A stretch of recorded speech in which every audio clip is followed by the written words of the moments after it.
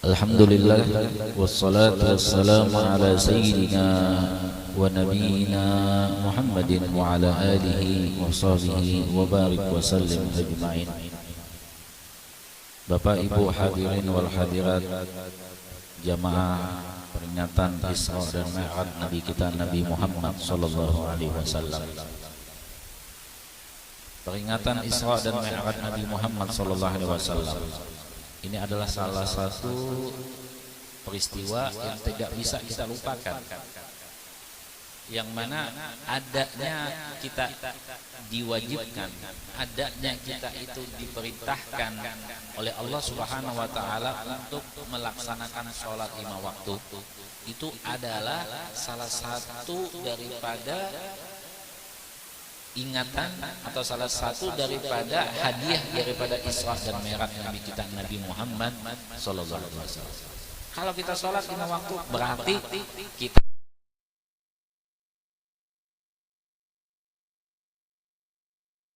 sallallahu alaihi wasallam. Dan Isra dan Mi'raj ini adalah salah satu kemuliaan yang Allah berikan kepada umatnya Nabi Muhammad. Ya, kemuliaan yang mana diberikan oleh Allah Subhanahu wa taala kepada umatnya Nabi Muhammad. Kalau Nabi Muhammad sudah mulia, tanpa dimuliakan, Allah sendiri yang memuliakan Nabi Muhammad. Tapi dengan kita sebagai umat Nabi Muhammad, dengan adanya Isra dan Mi'rajnya Nabi Muhammad SAW, kita menjadi mulia. Kenapa kita jadi mulia? Karena kita dibedakan, karena kita dijadikan umat yang mana umat ini diberikan oleh Allah Subhanahu wa taala 5 waktu tapi sama dengan 50 waktu. Nah, coba. Ya. Dan ini gambaran yang mana Allah berikan kemuliaan kepada kita semua sebagai umatnya Nabi Muhammad. Nah, oleh sebab itulah peringatan Isra dan Mi'raj ini, ketika Allah Subhanahu wa taala ingin supaya Nabi Muhammad itu naik, ya, mengadakan sesuatu perjalanan, yang perjalanan itu adalah perjalanan wisata. Ya, wisata bagaimana Allah menghibur Nabi Muhammad. Allah menghibur akan kekasihnya, yaitu Nabi kita Nabi Muhammad sallallahu alaihi wasallam. Sampai pada salah satu saat itu Nabi Muhammad ketika beliau itu dalam keadaan kondisi yang sedih beliau. Kenapa sedih? Karena orang yang beliau cintai pada saat itu beberapa waktu sebelum di Isra dan di-Mi'rajkan itu meninggal, yaitu istri beliau yang tercinta Sayyidatuna Khadijah Kubra, ibu kita semuanya radhiyallahu anha. Beliau adalah orang yang dicintai oleh Nabi. Pada saat itu meninggal.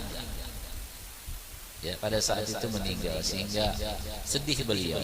Siapapun manusia di dalam basyariyahnya, sifat basyariyahnya, apabila ditinggal seseorang yang disayangi, seorang yang dicintai, maka dia akan sedih. Ya, daripada segi sifat basyariyahnya. Ya, walaupun Nabi itu, ya, tapi di dalam hati beliau itu merasa juga. Dan saat itu juga anak beliau yang tercinta Ibrahim itu juga wafat pada saat itu, meninggal pada saat itu, beberapa saat waktu sebelum daripada Isra dan Mi'raj Nabi Muhammad sallallahu alaihi wasallam. Maka Allah pun menghibur, ya, menghibur dengan diberikan hadiah perjalanan wisata. Ya, perjalanan wisata. Tapi sebelum perjalanan wisata ini kan tentu saja harus ada macam-macam kan kita. Ya, ada yang namanya kalau kita mau naik pesawat atau naik apapun, ya, transportasi itu kan ada antigen, ada apa, cek apa gitu. Nah, ini juga dicek, diperiksa pada saat itu. Nabi kita Nabi Muhammad SAW itu dibedah, ya, dibelah dada beliau di dalam manusia, apanya, di dalam diri manusia ini ada segumpal atau ada tempat yang mana tempat itu dihinggapi oleh syaitan-syaitan atau iblis-iblis yang ada di situ. Tapi Nabi Muhammad SAW berbeda. Bukan kekotoran yang diambil, tapi dicuci tuhran ala tuhrin. Sudah bersih, dibersihkan lagi. Dan coba toharahnya itu Nabi sebelum itu ada beberapa waktu Nabi masih kecil itu sudah ada pembersihan di bedah. Waktu Nabi dewasa itu ada juga, sampai Nabi itu mau di Isra dan Mi'raj itu di bedah. Dan coba kita bayangkan bagaimana kalau kita itu menghadap Allah Subhanahu wa taala, tentu saja dengan keadaan yang harus bersih. Ya, keadaan yang harus bersih, bukan yang sembarangan. Nah, inilah perjalanan menuju Allah itu tidak sembarangan, harus dengan perjalanan yang mana perjalanan itu memang di situ ada kebersihan. Ya, tidak mungkinlah kalau kita itu bertamu kepada seseorang yang mana di situ punya jabatan. Anggap aja lah kita misalnya wali kota kita ingin ketemu, masa dengan pakaian baju yang compang-camping, dengan baju yang kotor, atau dengan baju yang seadanya, atau baju yang tidak pantas lah dilihat di lingkungan daripada perkantoran situ. Kita masuk, tentu saja belum sampai kita masuk ke dalam kantornya, baru di depan pintunya sudah ada yang menghalangi kita. Itu baru pimpinan daripada yang ada di dunia ini. Bagaimana dengan Allah Subhanahu wa taala yang mana mengangkat semua pimpinan yang ada di dunia ini dengan kudrat dan iradah. Lebih daripada itu, bersih. Ya, kita harus bersih menghadap Allah Subhanahu wa taala. Nah, itu jadi itu yang Isra dan Mi'raj ini, ya, kesedihan itu dihibur, wisata. Nah, kenapa sih orang yang diberikan oleh Allah Subhanahu wa taala itu hiburan? Karena ditasbita bihi fuadak, ya, supaya tasbitil fuad, supaya ditetapkan hati. Ya, hati ini yang galau-galau kalau sudah wisata itu sudah hilang.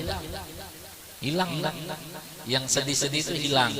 Coba kita lihat bagaimana keadaan orang kita sendiri saja. Misalnya kita sama Sandi, wow, naik kapal ke laut situ mancing. Keadaan apapun, sakit apapun, bagaimanapun ada di depan kita, hujan kah, apapun panasnya, itu tetap kita jalani. Kenapa? Karena kita ada hiburan. Hiburannya apa? Memancing. Ya, mancing kita. Apalagi dapat, senangnya, bahagianya. Apalagi yang besar, senang, bahagia kita. Itu hiburan. Nah, Nabi kita Nabi Muhammad SAW begitu juga. Hiburan beliau dikasih oleh Allah akan hiburan supaya hati beliau ini ditasbital fuad, supaya tasbit, supaya tetap hati beliau. Ya. Nah, sehingga pada saat itu perjalanan Isra dan Mi'raj ini, ya, perjalanan Isra Mi'raj ini adalah salah satu banyak yang kita ambil pelajaran. Coba kita lihat. Kenapa Nabi Muhammad SAW itu sangat sedih ketinggalan, ditinggal oleh seorang kekasih beliau, orang yang dicintai beliau itu, istri beliau tercinta. Karena Sayyidatuna Khadijah Al-Kubra itu adalah orang yang dekat dengan Nabi, orang yang cinta kepada Nabi, orang yang berkorban untuk Nabi. Coba kita bayangkan, saudagar kaya, kekayaan Siti Khadijah Kubra itu, Sayyidatuna Khadijah Kubra itu sangat banyak. Artinya kekayaan pada saat itu adalah kekayaan yang mana kita bilang miliarder. Kenapa? Karena semua orang yang ada pedagang-pedagang itu adalah anak buahnya daripada Siti Khadijah. Dagangan yang dibawa itu adalah dagangan Siti Khadijah Kubra. Barangnya adalah barang Siti Khadijah Kubra. Dan sampai Siti Khadijah Kubra itu adalah orang yang mana dibawakan barangnya oleh Nabi kita Nabi Muhammad SAW. Mencoba miliarder, bukan gampang bang, bukan kaleng-kaleng, bukan orang yang kere-kere, bukan. Sayyidatuna Khadijah Kubra itu adalah orang yang beliau ini berkorban segala-galanya. bukan cuma harta. Kalau harta sudah semua yang ada beliau miliki, itu semua diserahkan kepada Nabi Muhammad. Ya, untuk apa? Untuk dakwahnya Nabi Muhammad diserahkannya. Ada harta nih untuk dakwah, ini dakwah, dan seterusnya. Banyak sekali yang beliau korbankan. Nah, coba. Jadi kata di dalam mana, kalau kita mau berjihad, artinya kalau kita itu mau berjalan di jalan Allah, itu bukan cuma untuk bukan dari segi ibadah aja. Jahidu bi amwalikum wa anfusikum. Al jihad di dalam arti sini adalah kita itu ingin menghadap Allah bil mujahadah, dengan mujahadah itu dengan harta dan diri. Ya, dengan harta dan diri. Jadi Siti Khadijah Kubra ini bukan diri beliau untuk Nabi Muhammad SAW, sampai harta beliau pun beliau korbankan untuk Nabi Muhammad SAW. Karena tidak akan habis harta yang mana diberikan untuk jalan Allah, tidak akan habis. Bahkan bal yazdad, bertambah.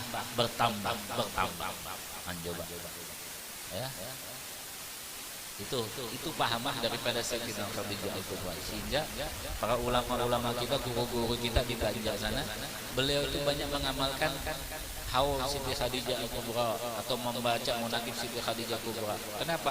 Harapannya mudah-mudahan yang mana Allah berikan rezeki kepada Siti Khadijah, mudah-mudahan yang membaca munakib, yang mengadakan akan membaca munakib Siti Khadijah Al-Kubra itu diberikan rezeki sama seperti yang Allah berikan kepada Siti Khadijah Al-Kubra. Itu coba ya, pengorbanan mereka.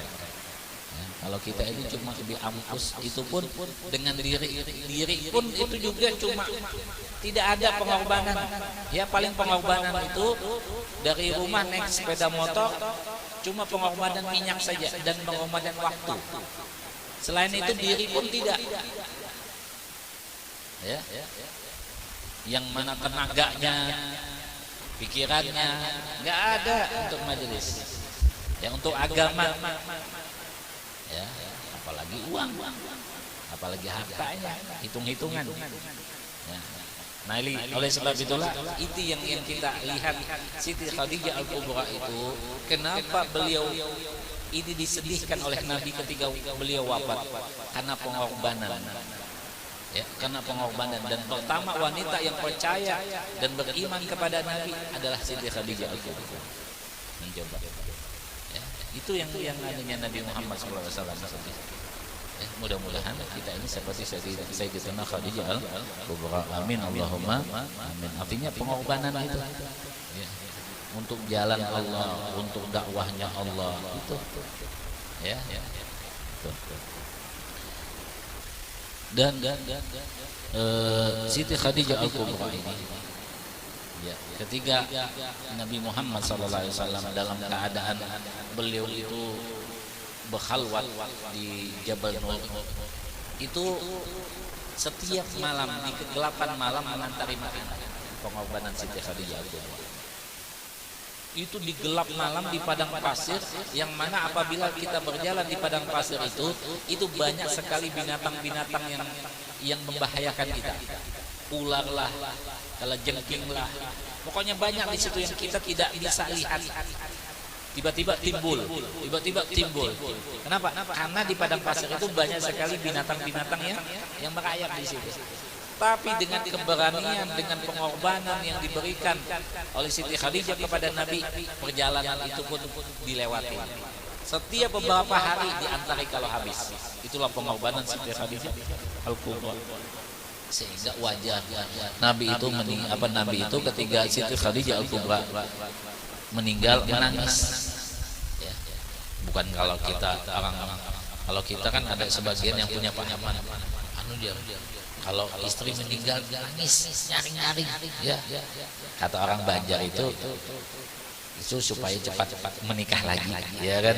Kalau nggak sampai 100 hari, pokoknya cepatlah, ya kan? Jadi kemungkinan kalau kita lihat ada suami yang menangis, anunya nyaring sekali, itu kemungkinan dia punya pahaman begitu ya, kemungkinan ya kemungkinan ya.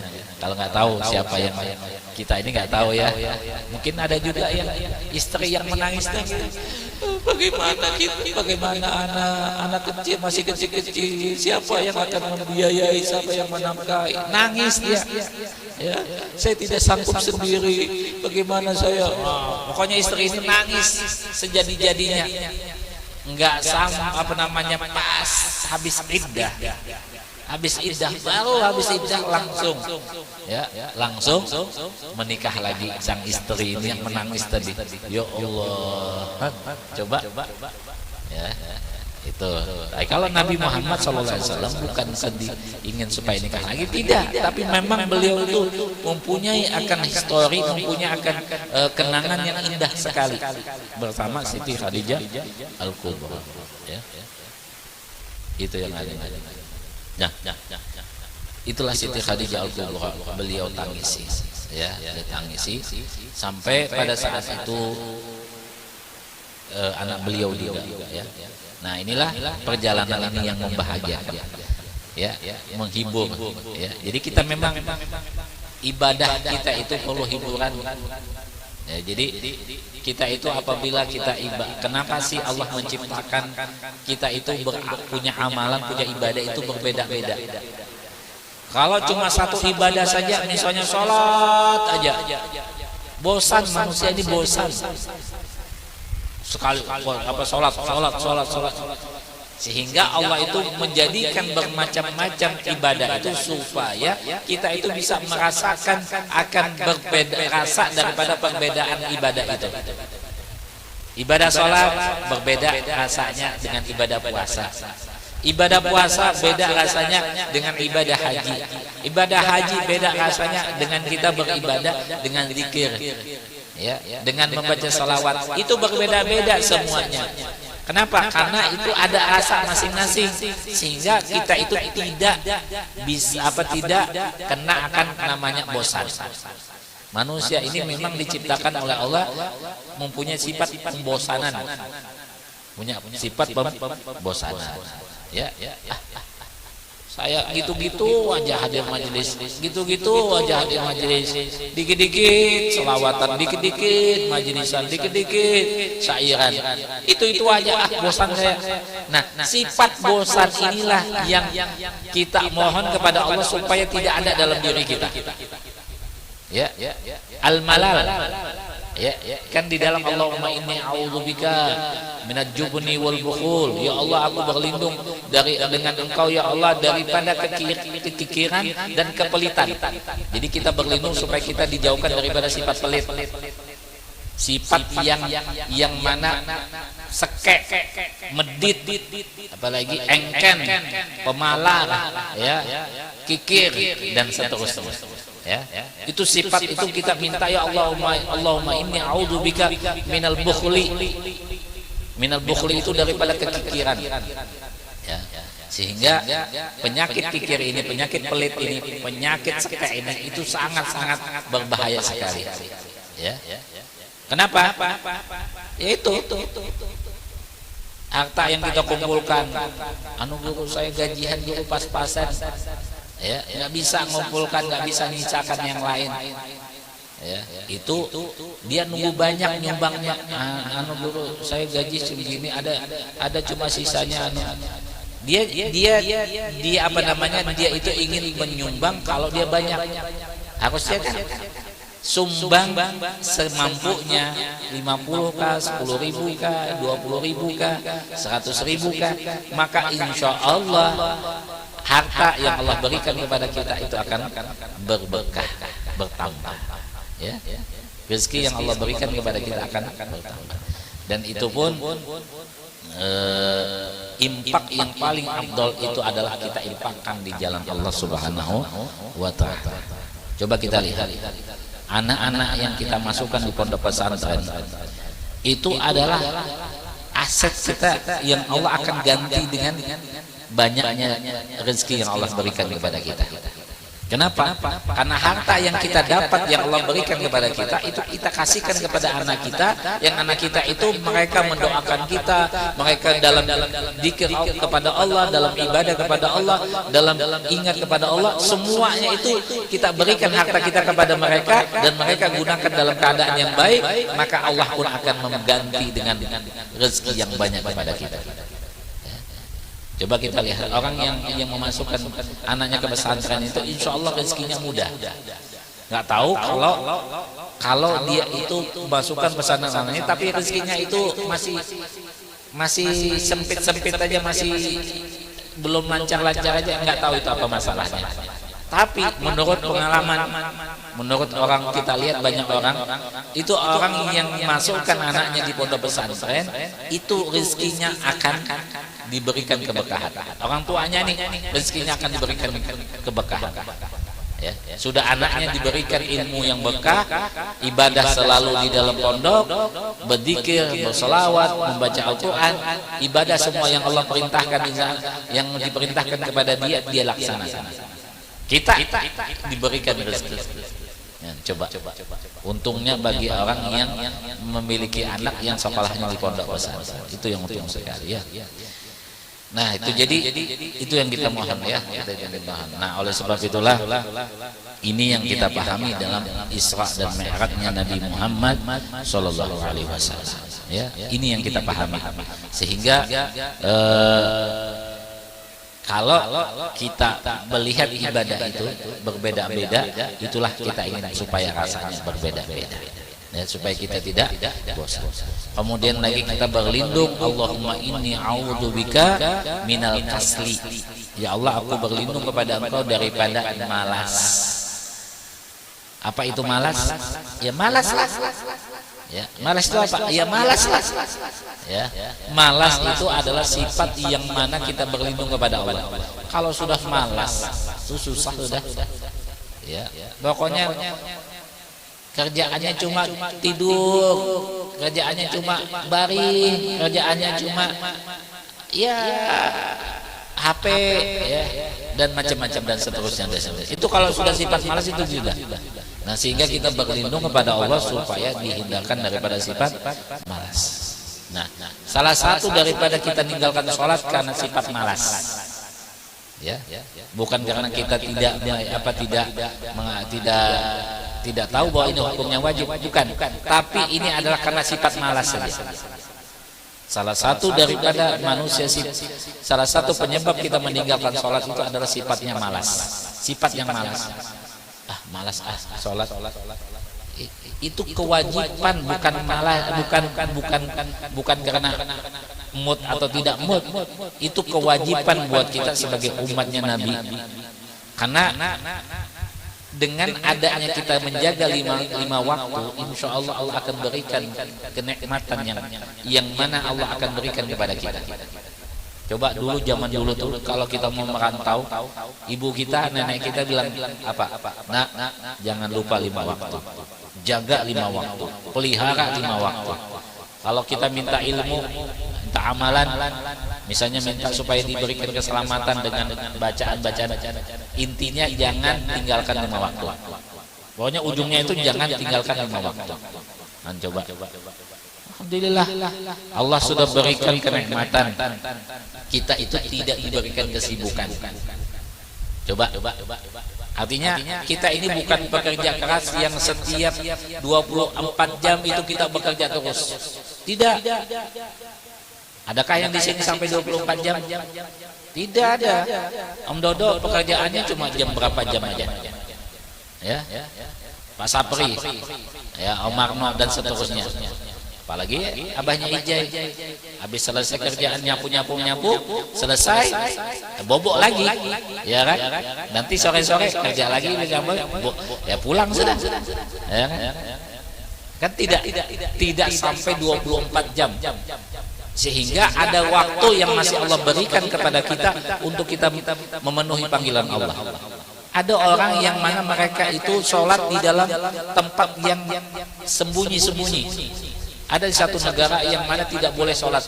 Dia bekerja, kita tidak boleh sholat. Di rumah orang itu tidak boleh sholat. Coba. Sampai di dalam WC mereka sholat. Kenapa? Supaya tidak ketahuan. Nah, kita sendiri yang di tempat ini yang tidak kita disibukkan oleh Allah, tidak bekerja 24 jam, itu sudah malas sholatnya. Ya. Ada yang sholat cuma subuh aja, yang lain enggak.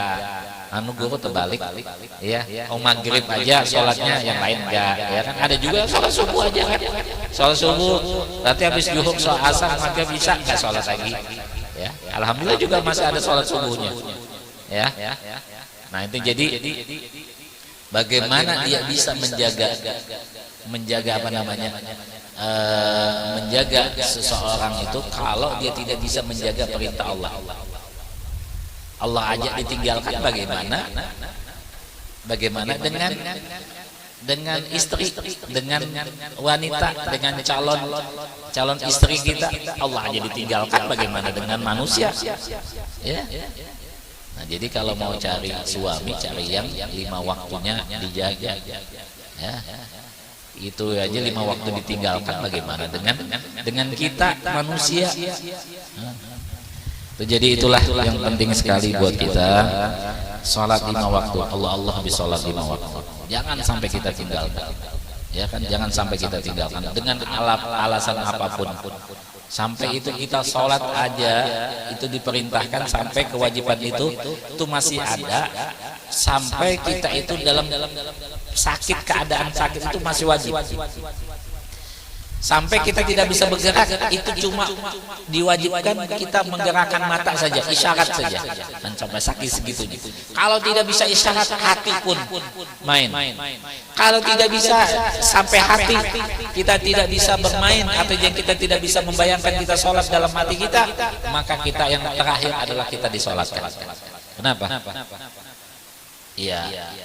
Orang yang tidak berakal, artinya orang yang tidak bisa berpikir, itu sudah mati saja sudah. Ya. Nah, sampai segitunya ya, segitu. Nah, oleh sebab itu kalau ingin Allah ubah kehidupan kita, maka perbaikilah 5 waktu. Ya. Perbaiki 5 waktu. Tidak ada orang yang enak kalau yang dia itu meninggalkan 5 waktu. Adakah orang yang enak, yang dia bahagia kalau dia itu meninggalkan 5 waktu? Tidak ada. Ya, coba kita lihat. Siapapun yang sukses itu, bahkan mereka itu bukan cuma 5 waktu, sholat duhanya jalan, sholat tahajudnya jalan. Ya, kalau 5 waktu itu sudah wajib. Kalau yang sholat duhanya sampai 8 rakaat, sholat tahajudnya sampai 100 rakaat, itu mereka kerjakan.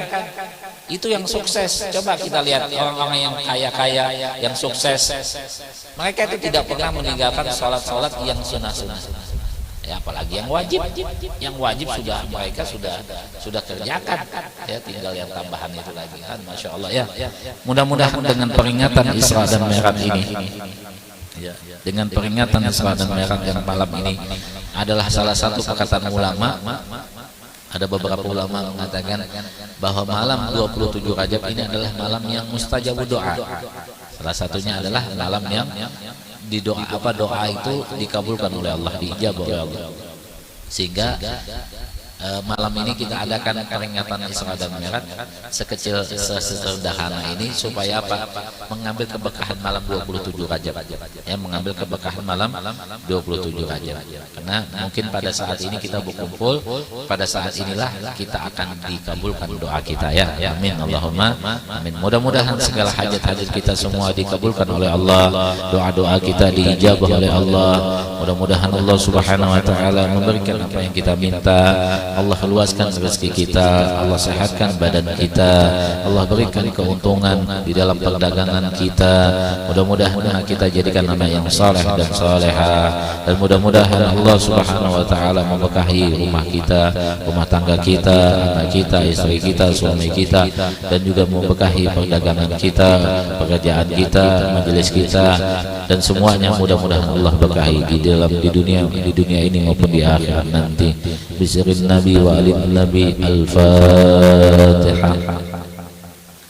أعوذ بالله من الشيطان الرجيم بسم الله الرحمن الرحيم الحمد لله رب العالمين الرحمن الرحيم مالك يوم الدين إياك نعبد وإياك نستعين اهدنا الصراط المستقيم صراط الذين أنعمت عليهم غير المغضوب عليهم ولا الضالين بسم الله الرحمن الرحيم الحمد لله رب العالمين اللهم صل وسلم على سيدنا محمد وعلى آله وصحبه أجمعين اللهم إنا نسألك السلامة والعافية في الدين والدنيا والآخرة اللهم إنا نسألك التوبة والمغفرة والتوفيق والهداية والاستقامة وحسن الخاتمة وحسن الخاتمة اللهم اكتب السلامة والصحة والعافية علينا وعليكم وعلى عبدك الحجاج والغزاة والزوار والمسافرين في البر والبر من المسلمين وقنا شر الظالمين فانصرنا على القوم الكافرين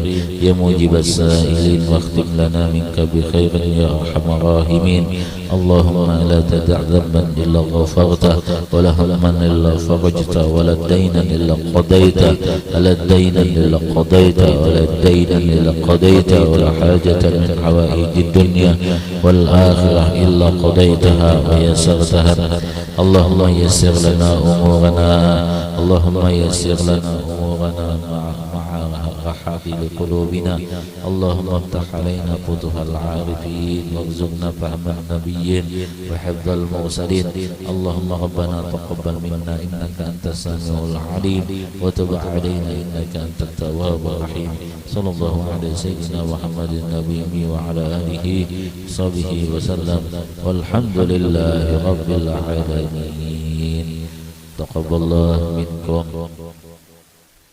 Kita Fatihah.